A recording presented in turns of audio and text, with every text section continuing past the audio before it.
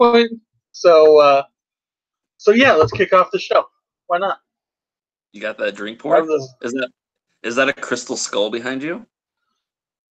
You wish. It's just a regular skull. It's old Super Freak. It's not as cool as a crystal skull.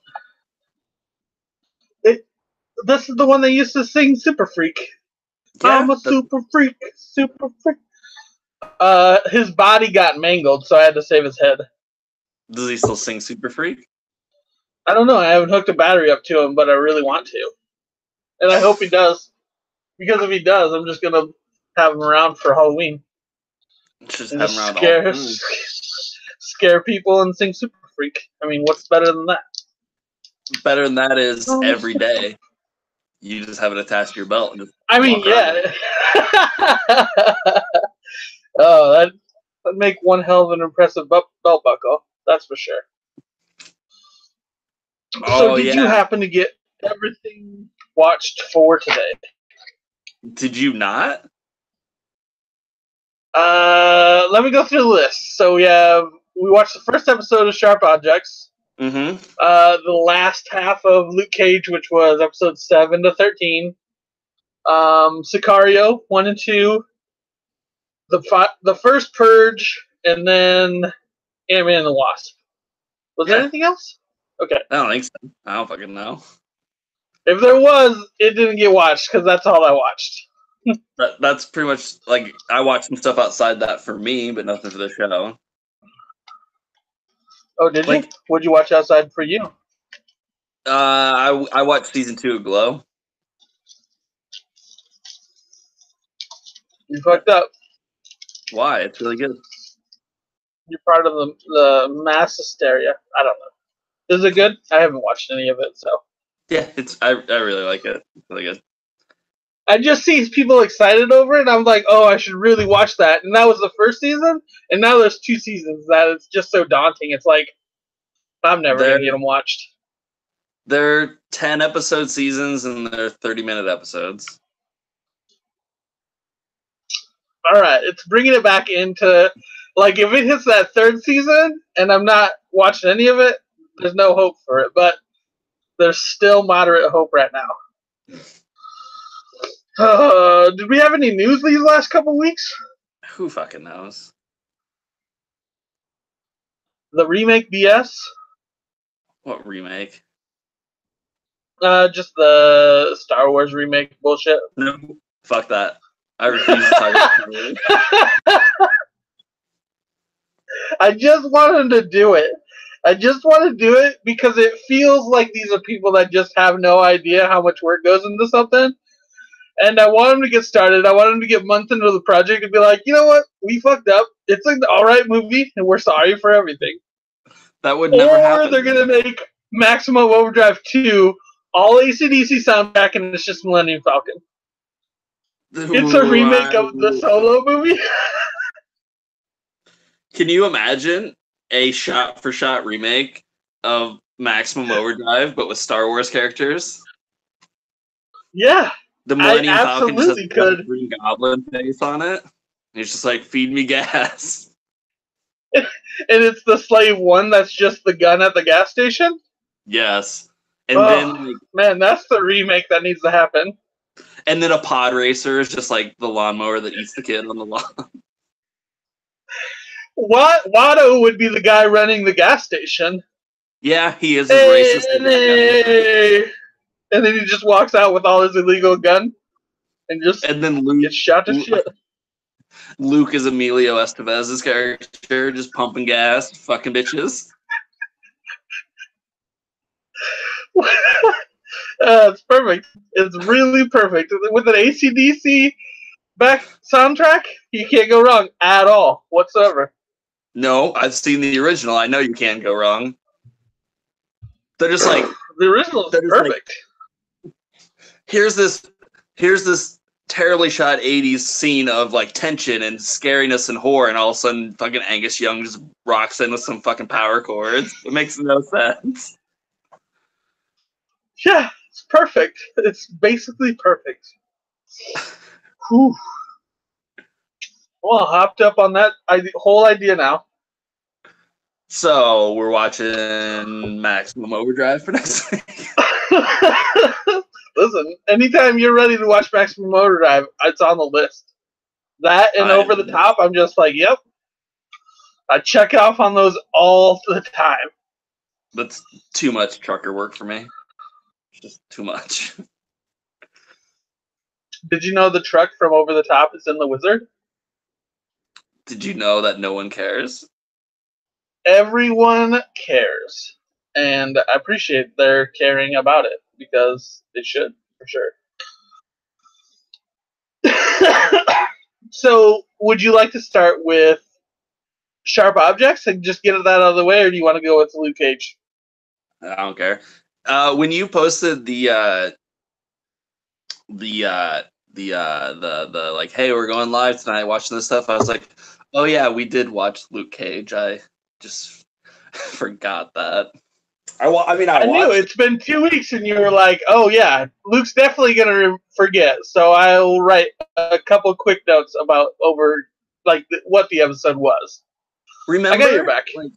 Remember, beginning of the year, when we're like, "What are we going to do? Like, how are we going to tighten this ship up?" And I was like, "I'll take notes so I don't forget stuff." And I still haven't fucking taken a single note 6 months in now. You still have your notebook though, right? And it's like sitting there. It's like someday. Yeah, it's like someday there will be grand pontifications written within me about film and media, but not today because I'm real lazy. That's fair. So back to Luke Cage. It left off at the perfect spot where fucking Bushmaster kicks his ass off a bridge, and he's gonna drown. We come back. He's basically becoming the hero for hire that we wanted. He has to defend Piranha pretty much from Bushmaster getting control of all Mariah's assets, bullshit, whatever. Then you have the showdown at the Iron Fist's hospitality, whatever. The I can't even, the location of his pharmaceutical, whatever. Then you get some backstory on Bushmaster and the Stokes family. And then we get Iron Fist. Fucking him, Iron Fist team up for a whole episode. Best episode ever. Is it the exact episode that you wanted? No, but it was close. Like there was some in that. The problem with it was it came at a weird part in the season. Mm-hmm. Like the back half of the season's very weird. It doesn't flow very well, and shit's kind of all over the place. I mean, we can get into stuff, but like Bushmaster kind of takes control, and then he gets hurt and he's hiding, and then he comes back, and him and Luke Cage kind of team up a little bit, and then he just disappears. Like there was no thread on literally no way. He comes back and busts in the fucking club. He breaks down like a foot fucking thick steel wall or door. Yeah, which is ridiculous when Luke's literally like, I'll let him tear themselves apart and kill each other, but not if there's people in harm's way. And as soon as Bushmaster pops out of that little fucking cubby, there's no one in there. Luke's like, nope, I gotta stop him. It's like, no, let him get rid of Mariah. I mean, it made perfect sense, but should be and then Mariah pulled some fucking fist shit in the jail. Yeah, and then there was the scene in the finale that almost made me want to quit and just be like, I'm done with all of this forever. What's that scene? Where fucking Tilda writes a song on the spot about everything that's happening. So unsubtle and on the nose and awful. I don't even think I caught that. I was just so unabashed by her whole character that I was just like, oh, she's over there playing her piano because that's all she got. She got her just desserts. So where would you rank this amongst the other seasons? I don't know. It's wherever I place Luke Cage season 1, it's around there. Interesting. It's my second slot. You have Behind the Daredevil first season 1. No. Daredevil season 1 is top spot by a long shot. It's hard to make anything look as good as that did. Everything in that first season just flowed so well. I think this was a good number 2 spot though. Like you said, the story's a little weird, but it didn't. It felt like it dragged when it needed to, even though the story got really weird for the last 5 episodes or whatnot. It was weird pacing and yeah. You know, like you alluded to, we get the flashback to Bushmaster as a kid and Jamaica and the Stokes, but like everything we're seeing in that, we've already been told in previous episodes. Like if it had been placed somewhere, it would have been more pertinent, but like it seemed like a placeholder, some killing of time. I think it's weird that Bushmaster just goes out at the end of the season. He's just like, he's taken so much nightmare, you know, he's got to go back to Jamaica. There's a resolution to that character. Yeah. And then the end, I think, is I don't buy Luke doing that. The whole like become the leader so you can control it from the, like, that's a Matt Murdock move. Like that's Murdock takes down Kingpin to control crime in his own way. Like I've seen that a million times.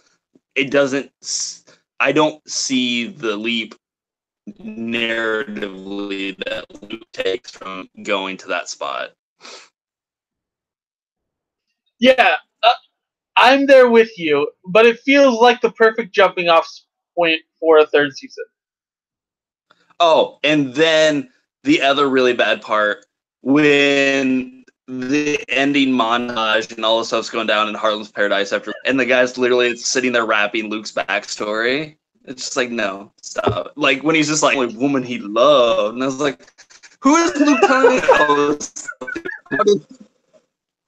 I can't believe I didn't pay attention to the songs that much during. Like I just thought they were just some mood music. I didn't even think to listen to the lyrics, but now I kind of want to go back and like go back. Like that ending rap musical is literally just like he went to prison. He was experimented on. I remember now. Yeah, and like they repeat like the one part like a lot. I remember now. Yeah. And him blowing off Claire at the end was kind of like, this is a person we don't expect at all. So I don't know. I was weirded out by that, but also like how everything just wasn't. I don't know. It kind of subverted expectations. But I'm happy with how it all went. I'm also tired at this point. Like everyone in Harlem knows that he's bulletproof, but everyone keeps trying to shoot him. It's getting a little ridiculous. Yeah, for real. And also, if that kid selling fucking hoodies that have Luke Cage's names on it could have taken over the lease, why the fuck didn't he? Why just didn't he? I don't know. Like I said, there's a lot of Luke Cage is becoming this figurehead and is controlling this shit, and he's like, no, this is Switzerland. You can't do it here. I'll take over the lease. I guess we'll actually make this a barbershop. I don't know. It's weird. I'm cool with never seeing that character again, too. I thought him teaming up with Bushmaster, when they broke into the drug place, and I was like, oh yeah, I remember when these series were known for their great choreographed fucking hallways like fights. And we got like 5 seconds of that in that fucking building. Well, at this point, the last 2 have been this and Jessica, which like those guys aren't fighters because of their strength, you know, like so you don't get those well choreographed things. I don't know. Maybe an Iron Fist. I just want more Iron Fist, and I want a Heroes for Hire series for sure. I do too, but this puts the kibosh on that for at least another season of Luke being a Kingpin. What if it's just him fighting him so they can go do odd jobs? I'd be fine with that. There's a much more healthy route I wanted the show to go, and that was towards a Heroes for Hire thing, which they built through all season to then not do. Like, all of a sudden, nope, Misty's back at her job and probably going to become captain for some reason. And there's that terrible subplot where all of a sudden the fucking person, the other cop who she used to play baseball or basketball with, is crooked again, and has always been crooked. It's just now that she finally had the evidence to prove it. So, yeah, I don't know. I liked some of the season. I haven't liked a Netflix show in a while, as in something being it's so good, This felt very much like The Punisher, where it just didn't go anywhere where I was expecting, but I was fine with the end result. So I'm excited to see where it goes from here. Not watch The Punisher, not finish Punisher. So. Oh, you never finished it? Yep. It's much like this, like the whole atmosphere where you kind of don't know where it's going because it keeps juking to the side. So interesting. So that's Luke Cage. Go watch Luke Cage if you want. I think if you want to watch that. You've already seen these shows, so don't listen to me. I really like Bushmaster. Hit us up and talk to it. Yeah, I really loved Bushmaster. I wish he had a more obtainable power where it kind of seems like he's burnt out and they can't really use him anymore. Yeah. So that sucks. Plus all the shit that happened with his family, I can't imagine him having any more reasons to come back at all. So that's that. What'd you think of Sharp Objects? What did you think? Seems how you didn't even know about it until I texted you. I have a real problem with HBO right now. Oh, yeah? HBO is getting me very excited for things, and I really want this to pay off. What was the mystery one that we watched? Mosaic. Yes, it started so strong. That first episode got me so pumped. This one has me just as pumped. It's doing weird things in the background that you have to pay attention to. It's almost like it has that feeling of those first couple episodes of Legion where you just don't know what's going on, so you're waiting to see what happens. And I'm all about that, but I really don't. I just don't think HBO can make a good show at this point. When is HBO not making good shows? Just because you may not have liked the resolution in Mosaic doesn't mean it was a bad show. I thought that show was phenomenally well made. Yeah, no. It's good until it got to the last 5 minutes where it was like, oh, it was really this guy that we didn't see this whole way. That was pretty much everybody pointed the finger at him in the first 10 minutes and just was like, can't be him. But I guess it was for some reason. That's a well-worn trope of murder mystery stuff, That's fair. And I know I used to watch Perry Mason and that shit happens all the time, but HBO is super pretentious right now, where they think they're making a better show than they actually are. I don't know that you're watching stuff on HBO enough. It's true. Barry, I'm really only watching the popular stuff. You're right. I do have to get into Barry and see how that goes. Yeah, but I think she's doing a great. I think Amy Adams is a perfect role for this. I'm intrigued by the whole story, the whole mystery, the what to look forward to in this season, whatever. I don't know what the hell to take from that. So, yeah, I'm looking forward to it. I think it's only 8 episodes, right? I didn't look, but I know it's some mini stand. It's based on a book, so they can only go so far on it. Never read the book. I'm staying away from spoilers on the book. It's from the person who wrote Gone Girl, though, so I imagine it's going to be fairly dark and twisty at points. Like, it's weird. I was watching it and I was just like,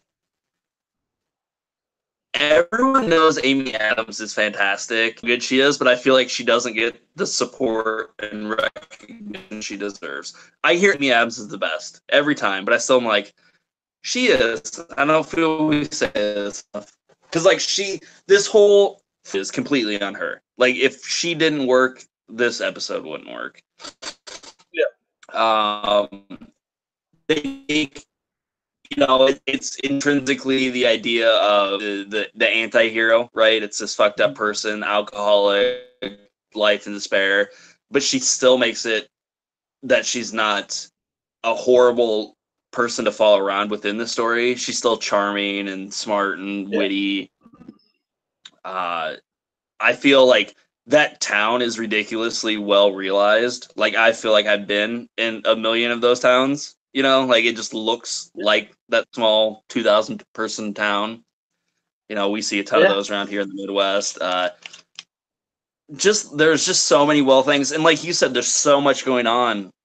Like, I don't feel anything's extraneous. Like, I feel every cut and every time we jump and flow around within memory and stuff, it's happening for a reason. Like, it's not showy editing.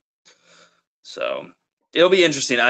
I'm less intrigued by the actual like narrative hook of a serial killer and her investigating it than I am just seeing like what this does to her, and like how is she able to come out of going back home where there's obviously the one girl they did find was the second girl, wasn't it? Yeah, it was the one who had been missing. So, but she had been missing for a year then? No, the one had been missing and then killed before, and then this one had been missing for like a week or something. Oh, okay. See, that's what I couldn't connect. Like, why a newspaper would give a damn about if this stuff had been happening for a year and they were no closer to finding. Okay, that makes sense. What's interesting is there's that part where she calls her editor, and he's at home with his wife talking to Amy Adams' character, and when he gets off, his wife's like, you're not Doctor You've Watched. I feel like he sent her home for her to deal with the shit she's dealing with, as opposed to an actual, like, I'm not sure he was really looking to get a story and be a serial killing case. It was more like he was sending her there for her own good. Yeah, their relationship is kind of weird. I think it's going to come out that they're probably a lot closer than it seems right now. And he knows that she has to deal with all this shit. It's hard to get in the headspace of any of these characters right now, just because like we've only gotten flashes of every little like it kind of just puts the pieces on the board, basically. Yeah. But yeah, I really dig it. I really fell in love with this episode. But are we watching it every week then, or are we gonna just binge it at the end? I'm gonna watch it week to week. I guess we'll decide if it's worth talking about until the end. Because, like I said, I have no idea where this story is going. It could be one of those things where in 3 episodes we're worth talking about for thing. So I guess we'll play it by ear. Okay, that sounds good. So yeah, that's Sharp Objects. Go watch it. I really like the thing that they did where these are very troubled people. Obviously, she's a very I mean, she's what do they call them? A functioning alcoholic? Yeah, that's the one. Yeah, like clearly, if she's putting down a fucking bottle a day, it's interesting. And then they give all the info for like if you know somebody with those problems, whatever. But I mean, obviously, that's just good things to do. It feels like the kid she sees in the past. I'm pretty sure that's the shooter from 13 Reasons Why. And I don't know how I feel. Oh, the one who like pulled a gun on her? Yeah. I don't remember. I just remember that the dead sister is the girl from Annabelle Origins or whatever. Which from what? The stupid that Annabelle movie we watched last year. God damn it! Yeah, yep, that's the one. Yeah, I thought the chick from It was really great though. Yeah, it's weird how much she looks like Amy Adams at times. It's kind of unsettling. For sure. But yeah, I like all the different people, like the different characters, the detective, the bar owner. Like, yeah, I'm super intrigued by all of it. So we'll see where it goes. Yeah, like I said, it really builds the sense of the community, and like it just feels very lived in. Yeah, that's for sure. Yeah, I can't see anything right now, but yeah, go check out the first episode of Sharp Project. Yeah, it's worth it for Amy Adams. Yeah, for sure. She does an incredible job. So let's talk about Sicario then. How'd you like him? Had you ever seen him before? Like the first one? I'd never watched the first one. It was first time for both. Okay. Let's see. How do I want to... Let me put on my pretentious hat for a minute here and talk about Sicario. I think there's a way to look at this. When seeing film, there is violent movies and there's movies about violence, and there's a very discernible gap between them. I don't think the first movie wholly succeeds, but I think it's trying to be more violence opposed to indulging it. And I think that is all in the hands of Villeneuve. Like, I think it's his direction that gets me there.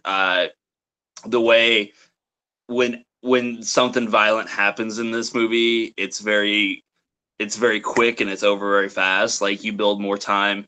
It's the build up to the eruption of violence and then how it affects the people afterwards versus what happens within it.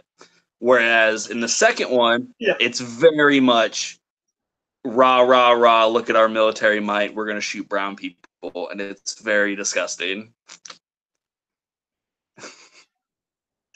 That's the first I've heard that. And it makes sense. It makes perfect sense. So, did you like the first one, not the second one? I'm not sure I liked the first one. It's competently made, but I feel the story just kind of just weaves and bobs and then ends for no real... Like, you spend so much of this time through the eyes of Emily Blunt's character, who is being, led around by the nose, and you find out it's just so the CIA can do a foreign operation, and that's it. And it seems kind of just kind of there. There's stuff I really like in that first one. I love the scene where they make the trip into Mexico, and they just build that tension to build the border crossing. Like, that's so good. And everyone's very strong in it. Del Toro and Brolin, Blunt, and they're all very strong, but I'm not sure they're given much character because so much of like Brolin and Del Toro's characters are, half truths and hiding stuff that you really don't get a feel for who they are as characters. They're more ciphers, but they're more interesting because of it versus, the idolized, bright-eyed, gonna do the right thing kind of that Blunt's playing. That it doesn't. I don't know. It's worth watching. I don't think it's great. I think it's a beautiful film. Like, it's shot so well. Yeah, I don't know. Hey, like, it didn't kill me to spend $3 renting it or whatever. But that's my boy. That's my boy Villeneuve. Watch it. Yeah, I really really think he's it's him, and it's fucking... like, he's my favorite director just because, like, it's almost as if he's intentionally slow-paced telling stories, and I think that really just helps the way he tells a story. I think I've only seen the two before him was Arrival and Blade Runner, and now this, like, it cements that image of his directing. in my Yeah. brain. Yeah, and that's what I was trying to say. Where I think he elevates the screenplays more, and the same guy wrote the second one who wrote the first one. Like, I think you can see what he was trying to say in both of them versus what Villeneuve is able to do, actually controlling that narrative with his direct changes a lot. That said, can we talk about how, like, this past year, no movie has, like, come out at the right time? Like, every time, just all the, like, you know what I don't want to watch right now?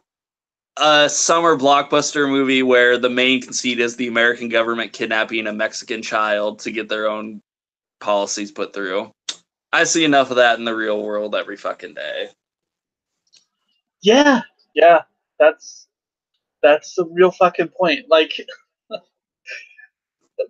2018 is the shit show of bad timing for movies coming out. Like, even Jurassic World is like, we're cool, we're about dinosaurs, ain't gonna happen. This is like, oh, Hawaii's a movie about a fucking volcano erupting. Like, shit is not working out for film right now. So yeah, what did you think of the second one then? I really enjoyed both of them. It was obviously a different director for the second one. He was much more fast paced, much more intentional. I think it took all the things that I liked about the first one and just flipped it on its head. The point where they made that great move into Mexico in that first one, and it seems like they were setting up the same one for the second one, and then the shit just went ape shit. For obvious reasons. I mean, they were fucking with an entire country's government structure. But I think when he got shot, I hoped and prayed that it was just through the cheek. They showed it, and it seemed like that's what had happened. Him jumping out of the truck didn't make much sense. Especially when they were all family, just fucking letting them off in the middle of nowhere and being like, well, fuck off. But then he's still running drugs up in Texas, so I don't know. There's some things that didn't match up, but when fucking Brolin went ape shit and just kidnapped that girl again for her protection this time, yeah, it's pretty rapid fire. But I saw them literally like minutes apart from each other, so it was just like I was on that Del Toro high from his fucking monologue at the end of the first one, where he's like, "This is a land of wolves." I was like, "Fuck yeah, Del Toro, let's fucking go get everybody. I don't care who's wronged you. Let's go kill all of them." And then that second one showed up, and it was like, I was wrong. I was so very wrong. I was whoopsie. And then everything went wrong. There was like, did you feel there was character inconsistency between his character in the first and second one? Because even I felt like in the he was trying to get to the guy he kills at the end. He was the one who ordered, and then in this one he's like, no, it's this other guy that I'm trying to get to. Yeah, I gotta get to him now. I'm sure there's a void created by getting his just desserts, but I'm sure he just wants to keep killing up because they ordered it, whatever. I will say it was inconsistent till that last 5 seconds when he didn't just shoot the kid in the face. It was like, you want to be what I do? And I was like, fuck, that's kind of really intrigued me for a third one.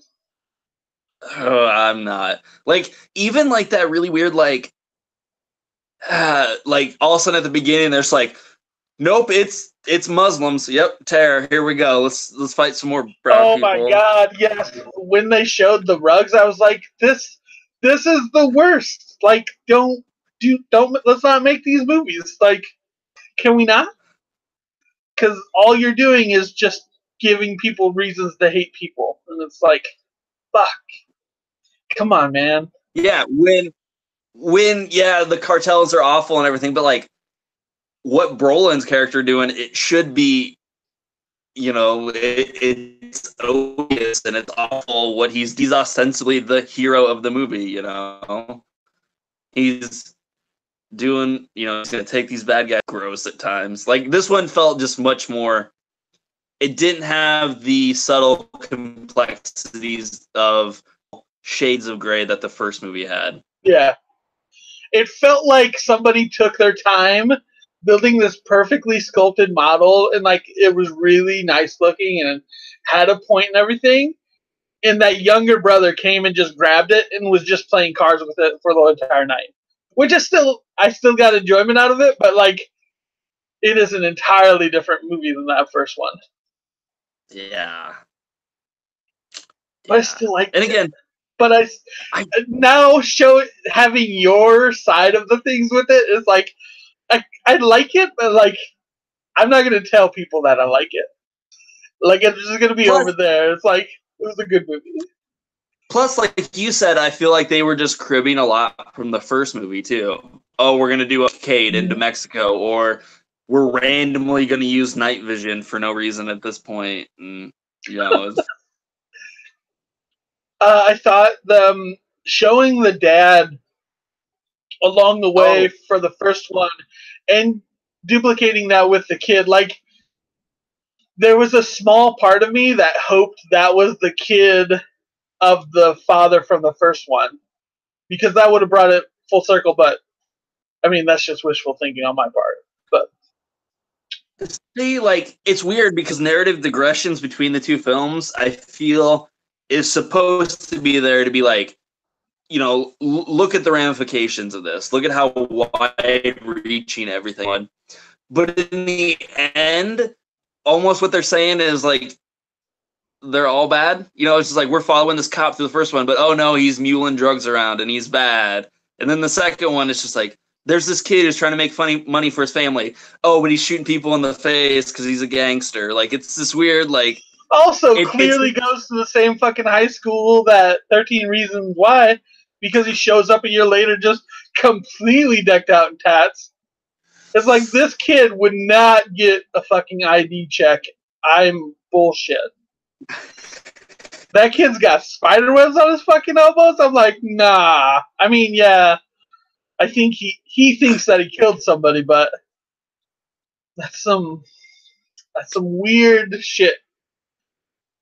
Like, it's hard to connect all this stuff narratively in my brain. It's like, some stuff I'm on board with, but some of the stuff is just too far.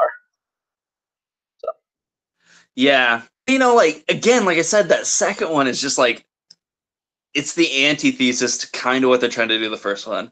Like in the first one, there's that terribly uncomfortable moment where like Benicio is going to torture that guy, and he's all like putting his hips up in his face and stuff, and it's very uncomfortable. Yeah. Like, but you see him bring the water jug in. You mean after each Punisher tried raping Blood? Yes, because he's working for the cartels. But they talk about waterboarding and stuff. But then in this one, like, he brings it in again with him, and he's like, "What are you afraid I'm gonna waterboard you? This ain't gonna do whatever I need to." And it's just like, this is gross. Like, stop it. So that's the Sicario movies. Definitely check out that first one, but if it really leaves that bad feeling in your gut, I'd just stick with that. Maybe not go on to the second one, because it's only gonna... There was some great character development, though. Like a little bit when Del Toro comes across that farm and he can sign because of his daughter. Like, you get a little bit of his backstory, but at this point, like, he's just such a evil, bad person that it's like, oh yeah, I shouldn't ever root for you, but like, that's really endearing.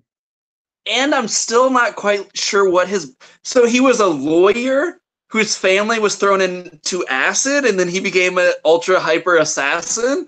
It's very... Yeah, I imagine this is going to connect to Who Framed Roger Rabbit at some point, where it's like, just fucking throwing people into those vats of acid. At least like something within, narrative fiction, like The Punisher, like, he was a soldier and, you know, he had these resources and training. But this dude just like, yeah, I was a criminal prosecutor. I was a lawyer. And now I take out... I sneak into my fucking apartment because the light's on. And people know how I sneak up to it so they can leave notes so I don't shoot them. It's very odd to follow that back. Very, very odd.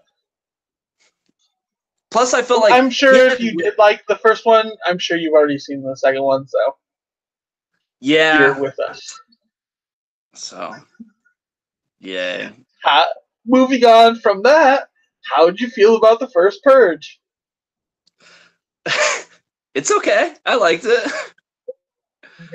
You're the worst. I can't get a read on you. I'm the worst. Ostensibly, this movie is nothing different from Strangers Prey at Night, except it's government funded, I guess.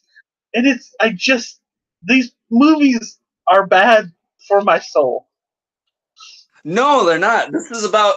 This is the most unsubtle. Like none of the Purge movies have been subtle. They are very latched onto their theme of fuck rich white people who are keeping poor people of color down. Like here, if we don't rise up and make a stand, like this is where we're gonna be. Like they're not trying to hide that. I'm also cool with seeing some black people cut up some fucking piece of shit white people right now. I'm kind of cool with that. Oh, absolutely. I'm just talking from just the basic sense of a human killing another human. It's like, I don't fucking need to see all of that. But, I mean, like Strangers Prey at Night, it was a good movie, I guess. I completely went into it thinking they were just going to shit the bed and completely ruin the series they had built at this point. But you've seen, there's 3 other ones, right? Yeah, this is the 4th one. So how's this one how does it feel connecting to those ones?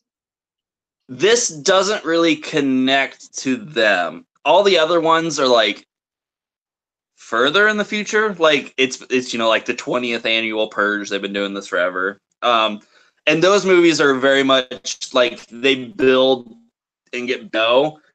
That by the end, it's about, you know, radicalized underground movements trying to take these people down and stop the Purge. And in the 3rd one, it's Juliet from Lost being like, I need to be elected president so I can stop this nightmare. And like, but this one is very much of like the first, you know, we're trying. You talk about bad times for movies coming out, and this one fits that fucking bill to the T. Like, I can see this so clearly. Like, this could be fucking a month away. Like, this is so ridiculous. It is. This, I would say, is definitely the worst of the 4. It's still completely watchable, but I feel the other ones are more... some of the characters are more charismatic and stuff. I think, you know, like they I like hearing you say that because I'm gonna say that this is on par with the other ones. I was like, I don't ever need to see those ones, but seeing that this one's the worst. What I feel the movies is the idea that there's so much you could do within the idea of Purge Night. Like when me and my buddy, we I think I told you a couple episodes ago, like we just sat down one weekend and we're drinking and like watching all the Purge movies, like because we had never seen them and we love terrible horror movies and stuff. This is also the thing that I can't get out of my head is because it feels like you liking this movie means you're as bad as those people. Like, you're not willing to fucking stand up and say, don't shoot anybody, but you're like looking out the window, you're like, who's gonna die next? It's like... There's a hint to that. Horror films are always voyeuristic in a way in the terms of what you're seeing in terms of violence, and that's a whole different road that we could spend an hour talking about. what I think that's weird within the Purge films is they limit themselves so much to like I said, they latched onto this core idea within, but there's opportunity to do so much more. Like imagine, the one night a year where everything's legal and all these people just kind of jump to murder. It's murder. We got to murder. But imagine if you were like, which surprised me was because they go into this one building and there's just stacks of thousands of dollars, and it's like, oh, it's going to be kind of like a heist film, and I'm all right with that. And it's like, that's what I'm saying. Like everybody only cares about murder in this one. Yeah, and it's like that in all of them. But imagine like a heist movie set around Purge night. You're trying to rob this bank on Purge night, and once you get out, then you got to deal with the crazies, and you're still trying to get away with your score. Like, there's so much more contextually these movies could do, but in the end, it's always couple disparate groups of people who end up meeting up and trying to survive the night. That's how these movies always kind of go, except for the first one. The first movie is a home invasion film, 100%. Yeah, it's like that's the one with Ethan Hawke, right? And Cersei Lannister's in it. Does she die? No, Ethan Hawke dies. Okay, I'll see that one. But in that one, it's it's a family in their home, and like Ethan Hawke's character actually sells home protection for Purge night, like door and stuff. So they're locked inside their house for Purge night, and there's this group of white, like it's very like white nationalists, like neo-Nazi, neocon, like college-age kids chasing this homeless black guy down, and their son opens the door to let him in, and then they come to the house and they're like, let him out or we're gonna come in and kill all of you. And it's them trying to get in to kill this guy that the family won't give up protecting. Interesting. And then in the second one, it's kind of like the Punisher on Purge night. Like, this dude's like, his kid got hit by a drunk driver who got off, so he's gonna go kill that guy on Purge night, get revenge. But then he's like, runs across a group of survivors, and he kind of can't get away from them, and he's got to protect them while trying to get to this guy to kill him on Purge night. See, that's the problem I had with this movie, is because there were no good characters. Minus the one, Naya, I think was her name. Other than her, like, I didn't give a shit about anyone because they were all awful. You didn't care about Skeletor? Let me tell you about Skeletor. What a fucking waste. Immediately I was like, I can't wait to see this guy die. What a bad person. Very inflammatory caricature of like the crack addict, like fucking Dexter. I couldn't think of where that one lady was from. Yeah, it's Lieutenant Montoya from Dexter. That makes sense. Nice. She didn't die, did she? I don't think so. No, they survived with the girl. Come on, you didn't like it when the random drug dealer with a heart of gold Rambo'd up and started murdering all these highly trained military guards one by one? They're all bad fucking people. I was like, oh, when he fucking avoids the drone attack from fucking gunning everybody down because he slid under his truck. And, like, I love that they showed him, like, taking off his jacket and fucking taking off his shirt. So, like, he had a white shirt on. And he's, like, literally after just being called the devil by 3 other people, like, this guy's the saint that's going to say... And he's like, no, that guy's still a fucking terrible fucking person. This comes back to fucking dinosaurs. And you were like, I was excited about dinosaurs, but you're like, no, they're killing machines. I'm like, yeah, but they're cute. They're kind of cute. No, this guy's a bad person. And it makes the only redeemable character in the entire movie. She wants to go back to him because he saved their lives. God damn it. You don't find the one character who pooped her pants little trying to get home? You don't find her redeemable? You get that argument out of here right now. Oh, you did you see in the beginning the opening credits where the dude punches the horse? I did like that part of the movie. Just straight No, I didn't. clocks a fucking police horse.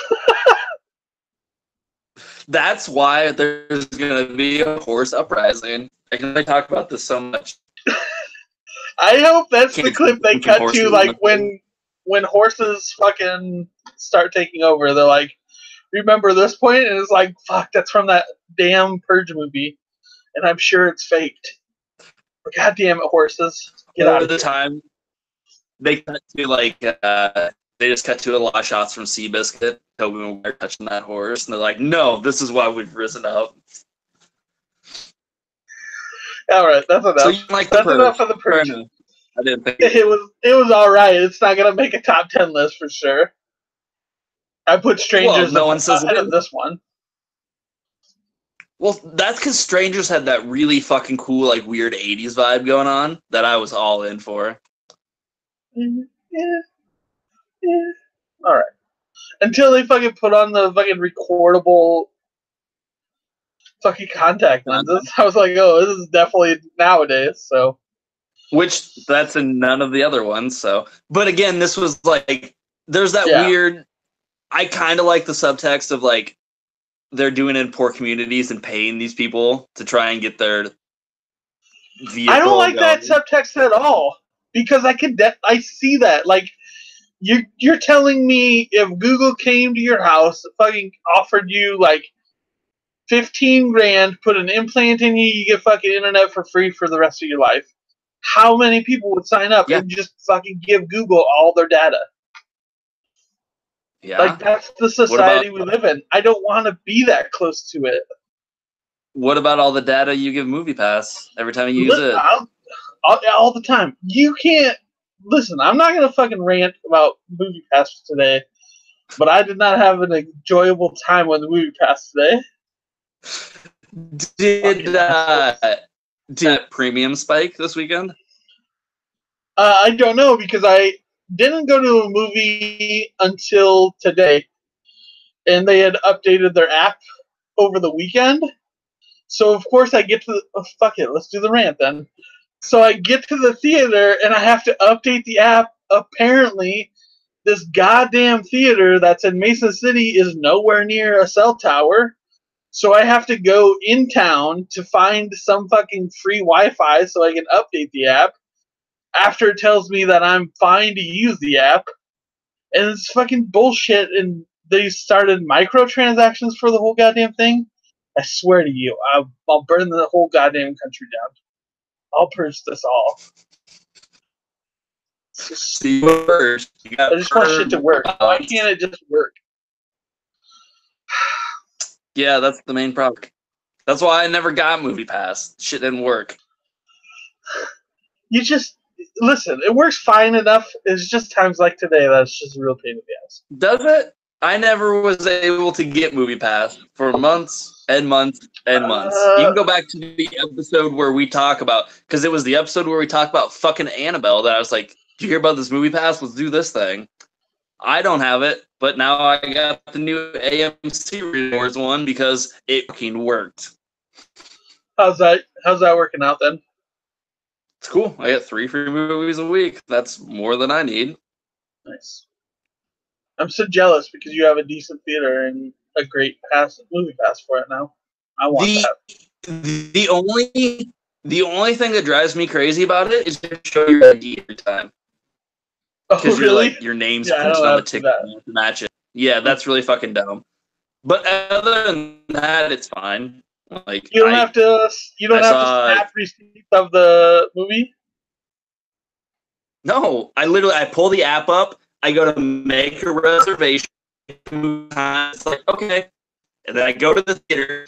I don't even go to people. I go to the self-serve kiosk, scan a QRC code, and where my ticket is. Well, it's very simple, very easy. I don't have to deal with people. Except for my ticket is like, ID, please. I'm like, fuck you. See? I just want it to work that well. Like it did in the early days of me using it. It worked perfectly like that. Well, that's because I had time and money to spend on like, because they weren't hemorrhaging money back then. They could work on the app and keep it going. God damn it, keep hemorrhaging for my good movie pass that I paid for. Well, they will. They're just going to hit you with premiums and microtransactions. That's so bullshit. So I'm curious to see what premium pricing is. Like when you go see fucking some opening night, how much more they're charging on top of that ticket. I believe it's like a $4 charge if you go to surge, if it's surge pricing. That's fucking dumb. That's half a movie ticket. Yeah. Yeah. But I don't think it'll be here around here because I don't think we have big enough crowds to warrant that kind of shit. So they're just trying to get money, you never know. They can just be like Friday and Saturday. But a movie ticket for you is what, $15? Oh God, no. 8, 9. Oh, is it only 8? That's not bad. Never mind. We pay the same thing. It's fine. Yeah, we're not on the fucking coast where it's $20 a ticket. Yeah. But that said, I still saw Sicario, Purge, and Antman this week. That paid for my monthly subscription right there, and everything else is gravy. Yeah. Yeah, but I with all the movies I've seen already this year, like my year is covered, so I don't even have to worry about it anymore. Yeah. It's just times like today that pisses me off. So, you still like the Purge movies? They didn't fucking fuck it up? They're fine. Like, I'm all for bad, cheap movies, you know this. That aren't really okay. It's competent. It's fine. Yeah. There's that horrible scene where there's a lot of, like, CGI blood from things. Yeah. Because you can't tell me. I don't care how many times I've seen it in movies. Like, you can't tell me it's cheaper than a fucking squib that just shoots some blood out. Like, I don't buy it. I love all the scenes where the Skeletor is just stabbing people. No blood. The one dude has a machete they've not shown in the movie, and he's just cutting people in half. There's just blood everywhere. Yeah, and he had those stupid fucking, like, he had, like, the needles on his knuckles, and he never used them. Disappointing. Missed opportunities. Put drugs in people. Yeah. It's legal. Put drugs in everybody. Everybody gets drugs.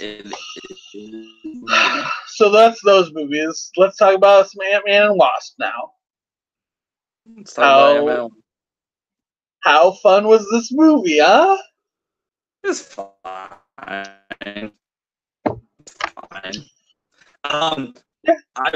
I've decided the Ant-Man movies are the most unessential MCU in the sense that I really need them at all. They're just kind of there. Yeah. It feels like it was just a palate cleanser from the Infinity War. Yeah, but I don't need a palate cleanser. I need to fucking finish this so we can get on to things that matter. I agree with you, but, I mean, we can't rush time. I can rush whatever the fuck I want. I'm fine with...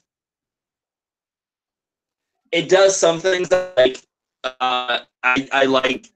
We talked about before that it's much smaller stakes. It's not going to blow up.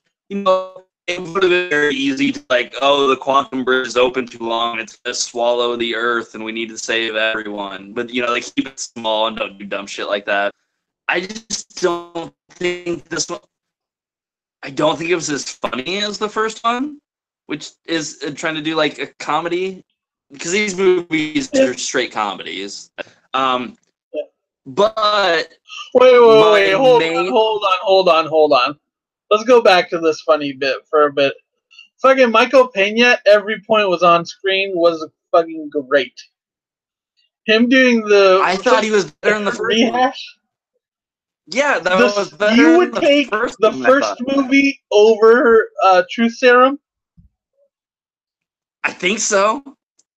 I don't know. It's fine. I think you're not correct. Truth Serum scene made this movie for me. I haven't watched it, and I haven't watched the first one in a very long time. But that's one that I was expecting to be a total fucking mess. So when it wasn't, it was kind of like, oh hey. But no, my main problem with this film is that we spent, we went on this journey in the first movie with Hank and Scott and Hope, and we started here, and then we got to here. And then in this movie, it's like, hey, all that time between movies, you reset back to here, and we have to spend another movie getting them back to the exact same part. If not quite trusting Scott and thinking he was into it, or like up to the task, and Hope thinking she was better, but her and Scott finally like having their feelings for each other and getting back together. And then, nope, we have to erase all of that and go back to the beginning. Scott's even fucking a con again and locked back up at a point. Like, it's regressive that, like, it's completely wheel spinning in a place that, like, narrative, these characters don't move at all. Yeah. Again, it's him again deciding that, like, he has to be Antman, even though family in this and be a good role model. All we went through in the first film. It's the exact. Yeah, but you didn't have the FBI agent in the first movie. Yeah, but you could have. You had the Baskin Robbins guy, and it's almost the same thing. Baskin Robbins always knows what you've done. Why did you want to go do something together? Come on. Brilliant use of the FBI guy. Yeah, there's a lot that I liked about this movie, but I mean, it's just middle of the course for me. It's right along with the first Antman movie. There's nothing great. There's nothing extraordinary. But it's just a fun movie.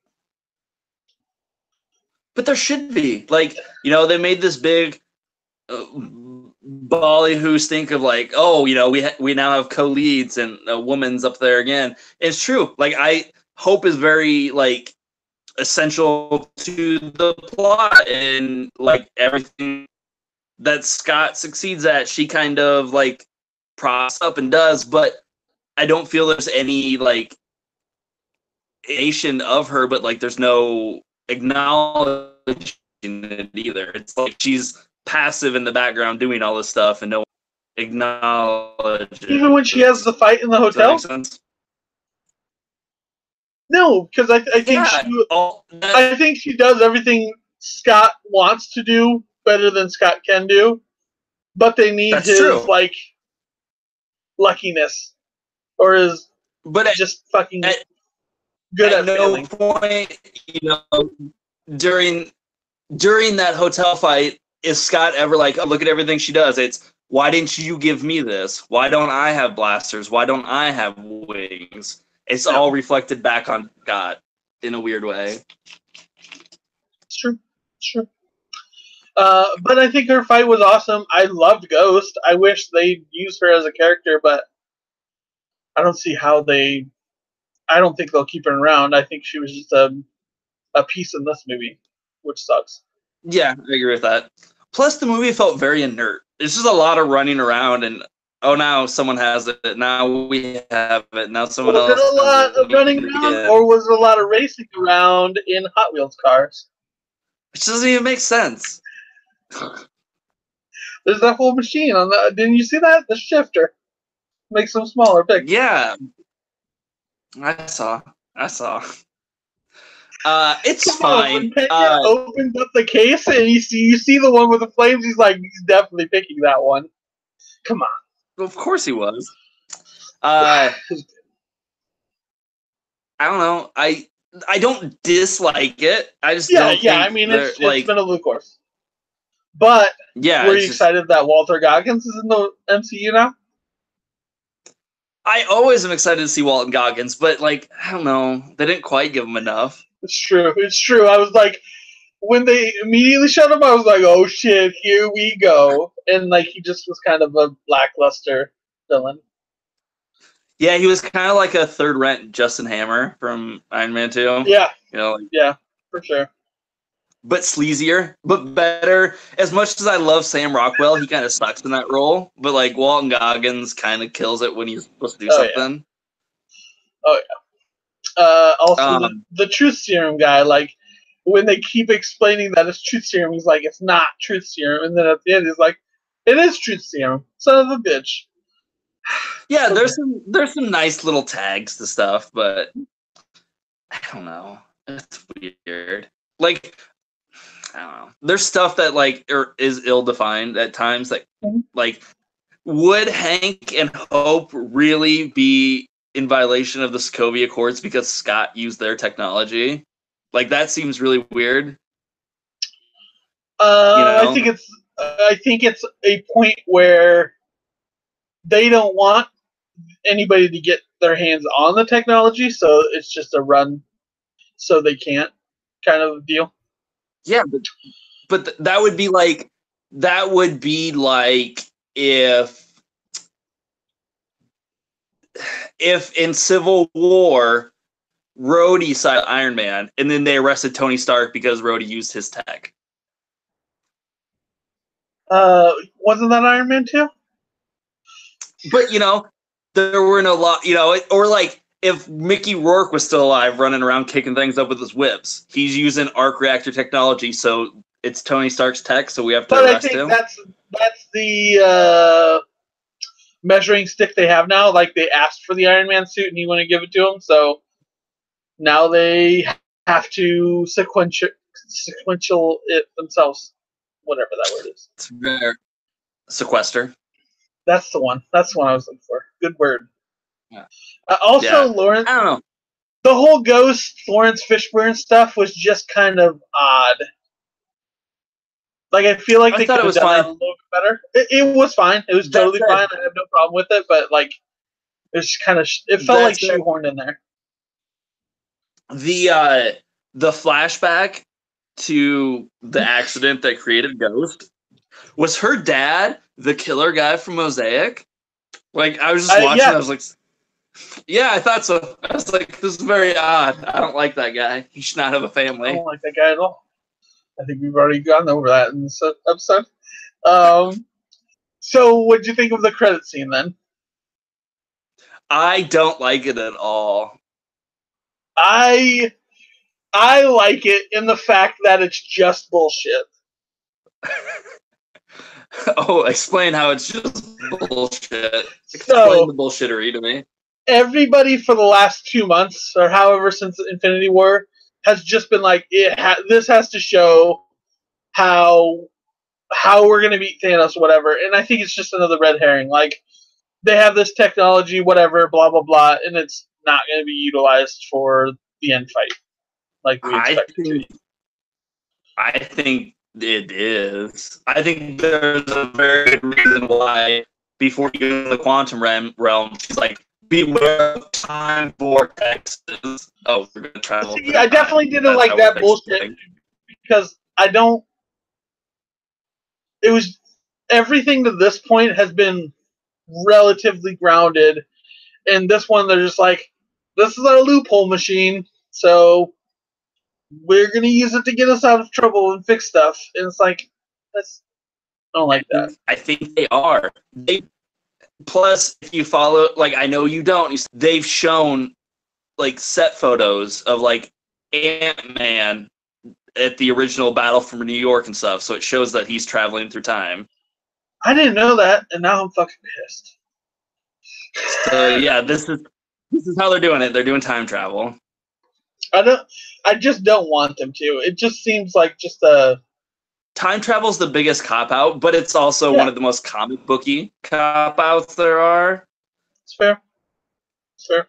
Like, it feels like after 10 years of this, though, like they could have found something better, and to just lean heavily on this just feels like a bullshit. It is. Like, they should just get the gauntlet away from Thanos. Use it, like, that's less fuckery than... Do you watch How It Should Have Ended? No. I know of it, but I don't watch it. So they did 5 different ways they could have beat Thanos. And, like, the best way was just open a fucking time circle underneath him and then just cut his arm off as he goes through. Like they did with the other guy. Yeah, it's not that hard. We talked about it, like... I know. Excuse me. But it upsets me so much that, like, if this is what we're building to after this 10, 11 years at that point, like, just to be like, time travel, like it feels like everything's going to be for naught. And like, if they try to do another big event, I can't say I would be excited about it at all. I don't know. It's silly. Because, like, literally, like, that scene in Infinity War with this person sleep, all like, we need to pull the glove off. It's like, no, just cut his arm off. Just cut it right off, guys. Use that time portal, that teleporter thing, and just cut it off. Just be done with it. So, do you think the second Spider-Man movie is going to be Far From Home? That's the title? Yeah, I believe that is the title, because the rumor is he's going to London or something.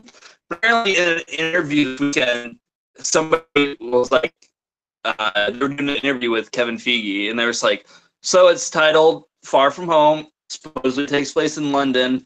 There's a Sanctum, there's going to be cameos from Marvel people. Is it going to be Doctor Strange? He's like, oh, that's interesting, but no, it's not. And I was like, that's weird, because Feige never give hard answers like that, They're always like, well, we can't talk about that now. And he's just like, no, it's not. Fucking hell. I'm tired of the shenanigans. I just want Infinity War Part 2. I want to be proven right, and then I want to be upset. And then we purge, and then it'll be the 5th Purge movie. Purge. I must purge. That was so dumb. That was so dumb when he's just like, I need to purge these feelings. And the doctor's like, purge. That's an interesting term. I was going to ask you, like, do they do that for the other movies? Because I'll never watch any other ones if they do that every single movie. No, they don't. But I hope that they use that clip in the next Purge movie, and I'm like, you know what? Fuck you guys. I'm not going to watch anymore. That said, oh my god, if they use that watch fucking clip for the TV series, god damn it. I have to now. Because that's the fuckery USA would pull. And I love that it's on the USA channel. This is stupid. I hate the stupid rabbit hole. I want to go home. I'm done with this game. What an awful year for entertainment.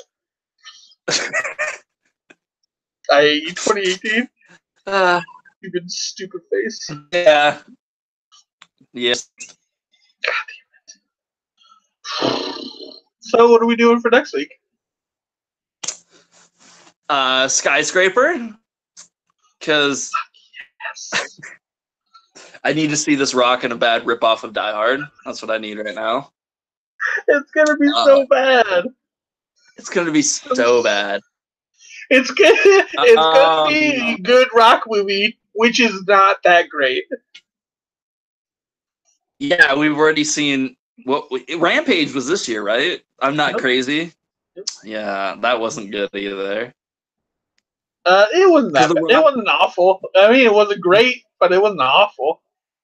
Go back and listen to our Rampage episode, and you'll see why I have problems with it. It's because The Rock didn't become a giant, fucking fist fight all those monsters. It's so stupid. Did you watch the second Jumanji? No. When it's free on HBO or something, I'll watch it because I love Karen Gillan. But so we're watching Skyscraper. I'm gonna try and watch Sorry to Bother You. It's opening up in 700 theaters. I don't know if you'll get it, but if you do, it's one of my most anticipated movies this year. So you have to drive if you can. Who made that one? Something. Boots Riley, a rapper. It's his first time movie. I thought it was like done by somebody that. Oh no! I remember seeing this one. Yeah, I totally want to see this, but I doubt it'll come anywhere close. We'll see. So it's that on Netflix. We're gonna watch How It Ends. I believe it's called. It's got a ghost dog in it, and he's in the post-apocalyptic thing. So post-apocalyptic ghost dog. Where I'm all in for that. I'm gonna rent a movie called The Endless, and we're gonna watch that. And then second episode of Sharp Objects. You're making me watch the second episode? Yeah. Just to see if it's worth talking about week to week. Okay, that's fair. Also, are you going to try catching Mr. Rogers? I don't know. Did you watch it this weekend? No, I doubt it. You said it was fine. So with it is everyone says it's good, it's great. My buddy saw it Sunday and texted me. He's like, "It's so good and so emotional." And I asked him truthfully. I was like, "Do you have to have a connection to Mr. Rogers' Neighborhood? Because I never watched. You wouldn't like it then, because it's all about the connection you had to that show as a kid." He's like, "It's a good doc, but it won't be as emotionally fulfilling as it would be to do it." I'm very intrigued to see it right now. I remember very little of it growing up, but it feels like it'd be like wearing an old pair of shoes. Like, as soon as you got into it, you would know exactly what they're going. Just like I have no affection for it because I never watched it as a kid. One, it was on. Usually stayed away from people, and two, it had that creepy fucking puppet thing, and I don't like puppets. And like that little fucking king guy was by the train set. It was now weird. You gotta like see it. Now we gotta do it. Now we totally have to do it. So put it on the list. We're doing it. Well, I just want to have the random episode where you just hate the beloved movie of everybody else. It'll be your Dunkirk. I mean, we could find something that's like that. I'd probably find a reason to shit on it, but no, I don't want to find. I want this one to be it. Are we watching Snowfall on FX? No, isn't that in like its second season? Is it?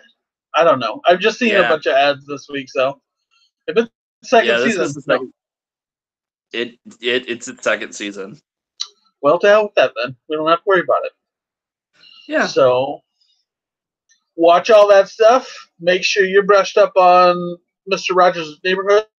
So when Luke hates it next week, we can all laugh. I guess. I don't know. I don't think that's what Mr. Rogers would want. So it was. It's not my problem that puppets are unsettling.